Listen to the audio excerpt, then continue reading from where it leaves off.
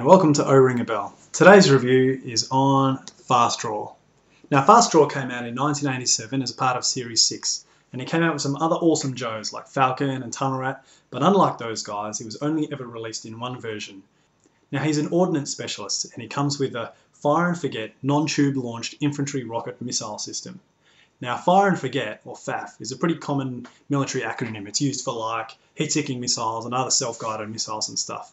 But non-tube launched infantry rocket, or NIR, is not so common. So some people speculate that the acronym FAFNIR is like inspired by this powerful Nordic dwarf prince called Fafnir. Now Fafnir was the strongest of three brothers, and his job was to defend all of the king's gold, but unfortunately he was corrupted by greed and over time was converted into some sort of serpent dragon and eventually killed.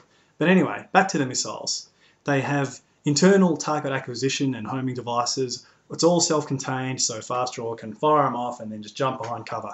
The missiles are armed by these white hand controllers, which are connected to the pack with black hoses. And he's also got this little blue tube that allows the target lock-on displays and threat or malfunction warnings to be projected onto the interior of the helmet faceplate. And I'm guessing it probably supplies oxygen in there too. Now these missiles are fast and they're resistant to electronic countermeasures, so Fast Draw should be able to take out just about any Cobra tank or aircraft. Now one of the things I love about Fast Draw is that he comes with all the body armour and the protection required to shield him from the rocket flare. He's got this really tough looking grey armour over the top of his green overalls, he's got gloves, boots, knee pads, he's got a heavy duty helmet with the flip down shield, and it's totally unlike a lot of the new recruits who try and fire missiles off their head and they're not even wearing shirt sleeves. Now, unfortunately for Fast Draw, once the missiles are expended, he's only left with a single non-removable sidearm with which to protect himself.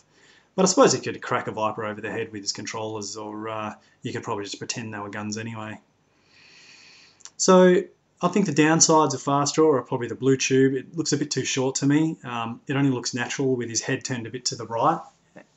And over time it kind of gets stuck in this question mark shape, and if it hardens it might break.